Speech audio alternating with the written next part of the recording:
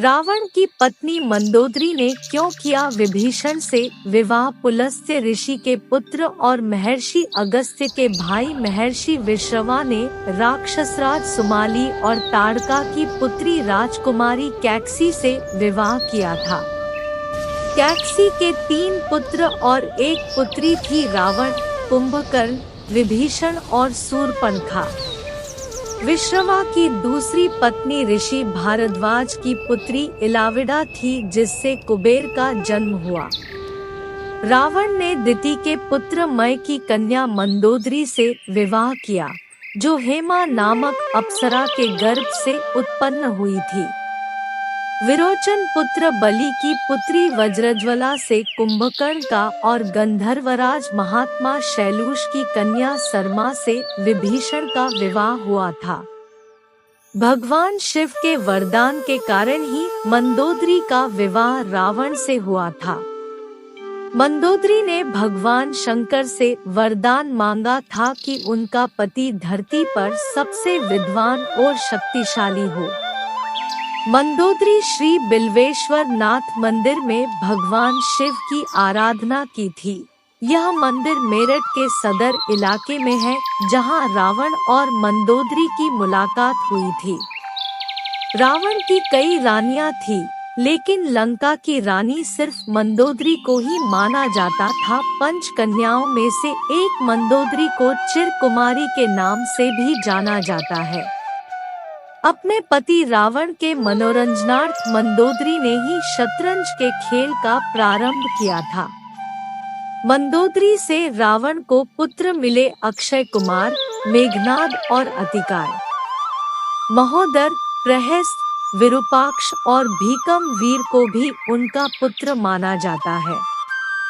एक कथा यह है कि रावण की मृत्यु एक खास बाण से हो सकती थी।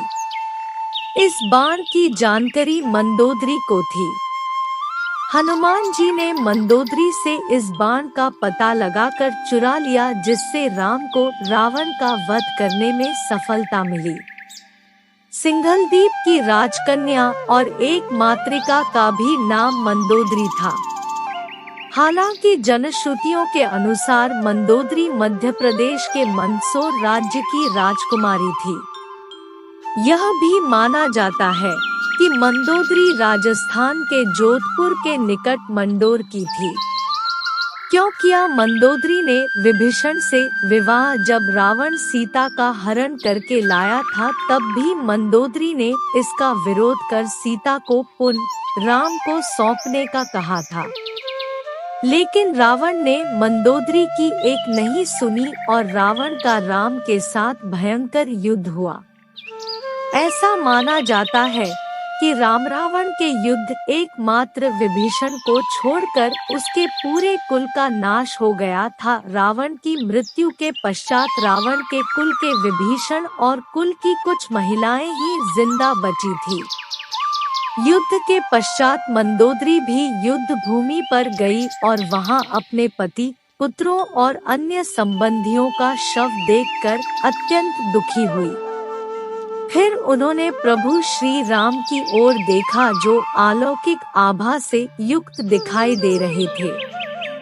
श्री राम ने लंका के सुखद भविष्य हेतु विभीषण को राजपाट सौंप दिया। कहते हैं कि अद्भुत रामायण के अनुसार विभीषण के राज्याभिषेक के बाद प्रभु श्री राम ने बहुत ही विनम्रता से मंदोदरी के समक्ष विभीषण से विवाह करने का प्रस्ताव रखा। साथ ही उन्होंने मंदोदरी को यह भी याद दिलाया कि वह अभी लंका की महारानी और अत्यंत बलशाली रावण की विधवा है। कहते हैं कि उस वक्त तो उन्होंने इस प्रस्ताव पर कोई उत्तर नहीं दिया। जब प्रभु श्री राम अपनी पत्नी सीता और भ्राता लक्ष्मण के साथ वापस अयोध्या लौट गए, तब पीछे से मंदोदरी ने खुद को महल में कैद कर लिया और बाहर की दुनिया से अपना संपर्क खत्म कर लिया।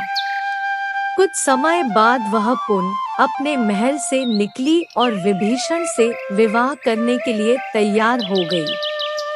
हालांकि कुछ विद्वानों का मानना है कि इस बात में कोई सच्चाई नहीं है।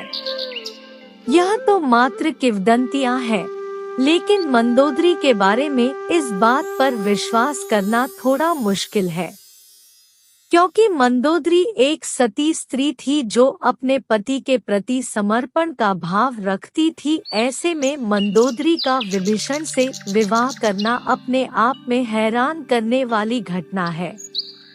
हालांकि रामायण से इतर की रामायण में ऐसे ही कई अजीब किस्से हैं। यह भी सोचने में आता है कि कुछ समाजों में प्राचीन काल में ऐसा ही प्रचलन था। सुग्रीव ने भी बाली के मारे जाने के बाद उसकी पत्नी से विवाह कर लिया था।